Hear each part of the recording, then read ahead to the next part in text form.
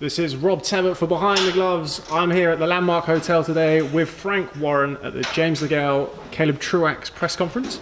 How are you today, Frank? I'm good, yourself? I'm very well, thank you. Always a pleasure to see you. Always nice that you ask me how I am. Not everybody does. Well, they should do. Oh, well, I appreciate that. So, what did you make of the press conference? I thought it went well. You know, minor problem with Ramirez not showing up. He got lost. Him and his team got lost for some reason. They were not in their rooms. We couldn't find them. Couldn't locate them. And anyway, they've now got them, so he'll be okay for the weigh-in tomorrow. But I thought James looks in great shape. He's in a good frame of mind. His opponent seems pretty confident, so I think we're going to get a good fight out of those two. Now, obviously, Eduardo Ramirez, who you've referred to as Lee Selby's opponent for the IBF featherweight title. Why don't you just tell us a little bit about what happened there? Because obviously he wasn't here today. I understand there was some issue with the weight and then they couldn't find him. Before every world title fight, British Boxing Board of Control and some of the world governing bodies insist that boxers have test weigh-ins. So they weigh in, have maybe 4 or 5 weigh-ins leading up to the fight to ensure that they're losing the weight correctly. It's not suddenly, you know, a couple of days before and they're losing a stone, which can seriously affect the dehydration, the levels of fluid in the body, the fluid that the brain sits in and so forth. So it's for the boxer's well-being. He came in 4 pounds overweight on the test weighing, which he should have weighed 4 pounds over the championship weight. So he's 8 pounds over championship weight. So the Board of Control now said that he won't be allowed to fight any less than 9 stone 2, which the fight's made. He won't be allowed to fight more than less than 9 stone 2. The fight's made at 9 stone. So if he was to win the fight, he would not be the champion. And what would be, I mean, if that scenario were to take place, what would be the status with the title? I would imagine it would go vacant. I think he would. I think Lee would hang on to his title in this case. So the IBF are saying. Okay, so it'd be sort of it's very strange, but that's what they're saying. Yeah. Yeah. Okay. And obviously James Degale headlines the bill against Caleb Truax. You have somewhat interesting career historically with James. Why don't you just tell us a little bit about how it came to pass that you're now working with James again? I've been talking to some of Al Heyman's people, and we've just put it out there, and I just got it done. You know, James and I go back a long way. He turned professional with me. He had a really good. I think we did really well with him. He won some good fights, and had some good fights with me. And you know, we seem to be. It was nice, you know, nice for us both. We both seem to have got on, and hopefully it'll be the start of something big in 2018, provided he comes for his fight.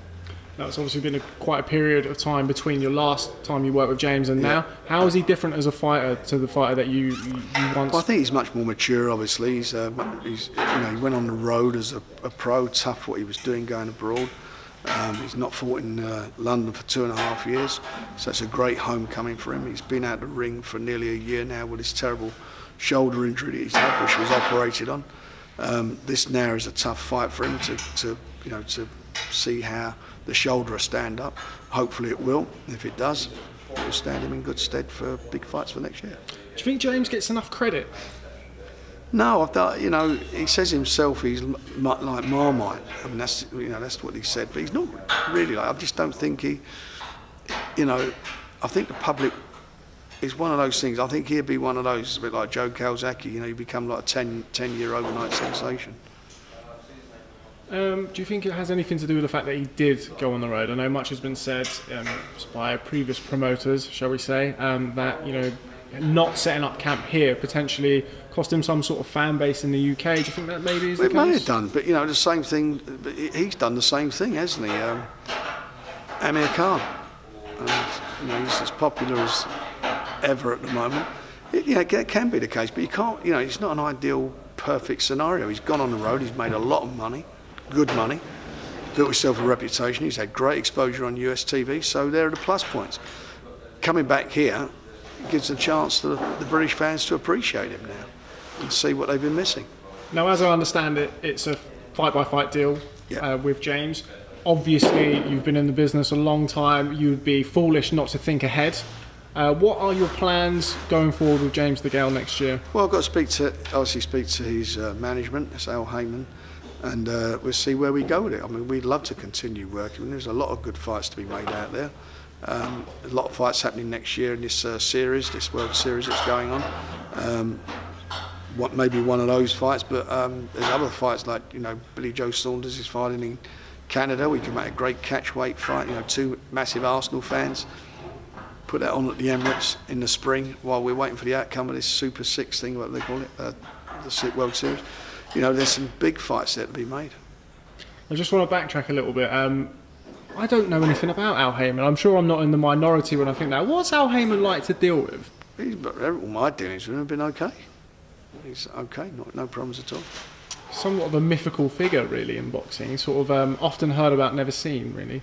Well, you know, I don't think I've ever seen him at any shows. So, but he's quite effective at what he does, and he's obviously involved with some really good quality world champions. Now, obviously, you've mentioned the World Boxing Super Series. Big fight coming up in February is Groves-Eubank Jr. versus George Groves. Just want to gauge your feelings about that fight. I've got to lean towards George Groves. I lean towards him on it. I don't take too much out of Groves-Eubank's last fight, because you know, I think that was pretty much of a given that he'd stop the guy. It's one of those fights where you could pick either of them, but I think that George Groves' experience should see him through. For me, the problem that Groves-Eubank Jr. has is that he's easy to hit. You know, he throws a lot of shots, but he's stepping up to the plate. But also bear in mind, this is that George Groves picked him more or less by seeding. They seeded it as it was that George Groves would fight him, so they obviously fancied a job. Now, you've just mentioned Billy Joe Saunders. Obviously fights David Lemieux in Canada. Yeah. What do you make of that fight? Obviously Billy Joe Saunders, it's a tough fight. You know, Bill's in a good place though. He's been working very hard. You know, he's physically in tip-top shape. Dominic Ingle's done a fantastic job with him.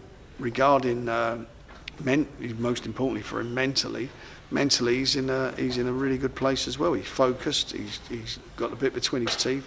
He knows his title's on the line. He knows he's in the other guy's backyard. He knows that Lemieux's a big puncher. But fingers crossed he comes through it, and I believe he can do, because Bill's got a good chin. He's a good boxer. He's not a bad puncher himself when he needs to be, and I think he can outbox this guy and maybe even stop him in later rounds. But the fact of the matter is, it shows you again what Bill's all about. He's in the other guy's backyard. He's more importantly getting great exposure on HBO, and he comes through that, and it sets up big fights for him for next year. Now, as you mentioned, he's working with Dominic Ingle in Sheffield. I was actually at the gym with Billy a couple of weeks ago, 2 or 3 weeks ago. Yeah. I certainly noticed a difference, as I'm sure you have. Now, how important do you feel that is for Billy Joe to be away from the distractions that maybe being in London? That's his weakness. His weakness was his diet and loss of focus.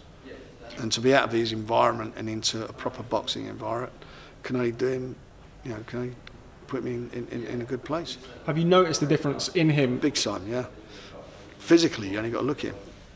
Besides mentally, physically, boxers can get themselves in good shape. You know, that's probably about 15% of it. 85% of it, maybe 90% of it is mentally. They're good. If they're right mentally, then they're good to go. Now, you'll be pleased to hear that I'm an avid subscriber of Box Nation. Good man. Thank you very much. So this Saturday, something of a fight going on in New York. It's a big fight. It's a great fight. You've got two great exponents of their craft. You've got Rigondeaux, who's done everything as an amateur. He's done everything as a pro. He's a tough nut to crack. You know, he's a difficult fighter to fight. And he's in, for me, I think he's the best fighter in the world at the moment in Lomachenko, who again is a brilliant amateur, fantastic amateur career, and has absolutely, stunned everybody. The fact that he's had, 9 fights, won 3 world title fights at different weights and so forth. I mean, he's something else. Now, you've had Rigondeaux on these shores before. Yeah. Do you have any interest in getting Lomachenko over here? I'd love to get him over here. I'd love to, and let's see what happens on Saturday. And I'm talking with Bob Arum, and we hopefully might be in a position where we can do that.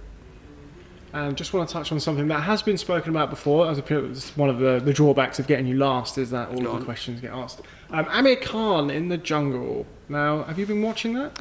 I've dipped in and out of it. I don't normally watch it, but I've dipped in it because he's in there, and I think it's been good fun.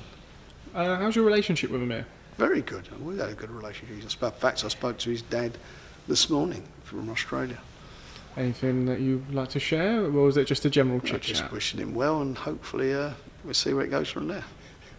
Okay, fantastic. Could anybody ever tempt you into the jungle, Frank? I got offered to go in there. They wrote to me in the first couple of years of it starting out, if I wanted to go in there, but I told them my idea of a bush tucker trial is going to eat in Gordon Ramsay's restaurant in Hospital Road. And I'm a vegetarian, I'm not into kangaroos, balls. Well, that's nice to hear. Glad. Daniel Dubois Yep. continues his ascent up the heavyweight rankings this weekend against Dorian Darch. Now, inevitably, comparisons have been drawn between Daniel Dubois and Anthony Joshua. Anthony Joshua also fought Dorian Darch. Yeah.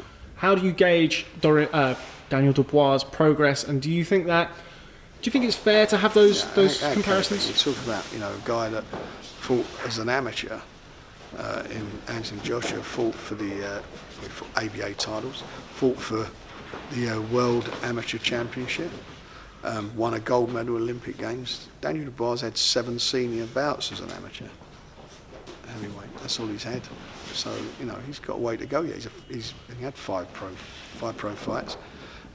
He's got a long way to go, but I like him. I think he's a good fighter. I think this guy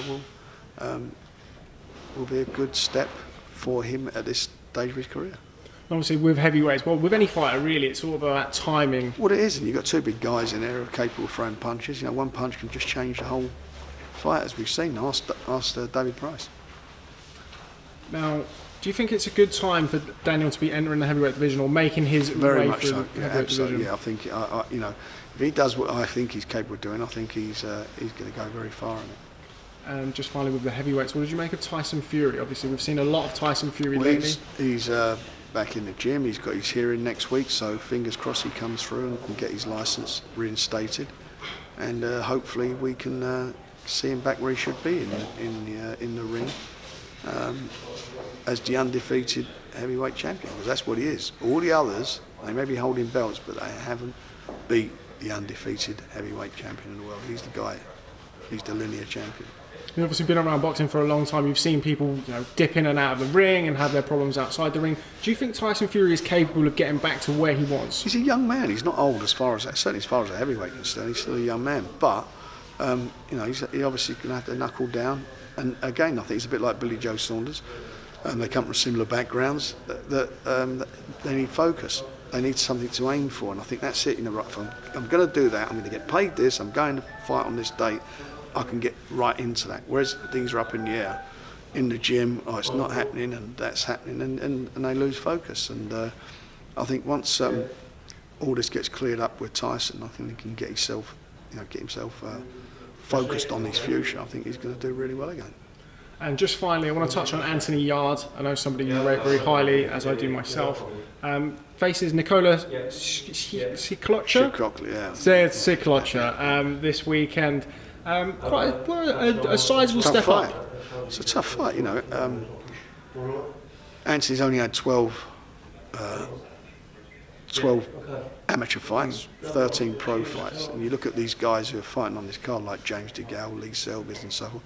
These guys had 50, 60, 70 amateur fights besides their pro fights. So he's being stepped up. He's fighting a guy who lost a split decision against Stiglitz recently. So this is a big test for him. But he's up for it. I've never met anyone so focused as him. He's just got this zone. He zones in on it. I mean, even when they were doing their face-off, and you're looking in their eyes, you're seeing his eyes just don't move at all. There's nothing in them. It's just like pure focused on him. And, but he's got a tough fight. This guy can punch and he can fight. So it's going to be a good gauge to see where he's at. Similar to Daniel Dubois, really, in the sense of he's coming into the light heavyweight division at a good time. Andre Ward has retired. There's some great fights out to be made, but he's still got a way to go. And but he's doing well. I mean, he wins this fight, he'll be ranked number 5 in the world. It's a bit of a feat, Now, I will be in attendance on Saturday at the Copper Excellent. Box. Thank you very much. What can you say to fans who will be watching on BT Sport and Box Nation to expect? I think you're going to get a really good night of boxing. There are going to be some really tough fights on there. There's going to be Box Nation opens up with the Molina fight. I think that's going to be a war. They're going to show that fight amongst others, and I think BT are going to showcase some of the best of the best pound for pound British champions in two of them, in James Degale and Lee Selby, and you're going to see some of our great young talent that's coming through, who will be looking to make big names for themselves and establish themselves in 2018. Okay, well, Frank Warren, do appreciate your time at the end of a very long day for you, my friend. Thanks very much for speaking to Behind the Gloves. Look forward to catching up with you sometime soon. You look after. See you soon. Hey, my fans, it's Michelle Joy Phelps, and if you haven't already subscribed to my YouTube channel, make sure you go ahead and do so by clicking right here.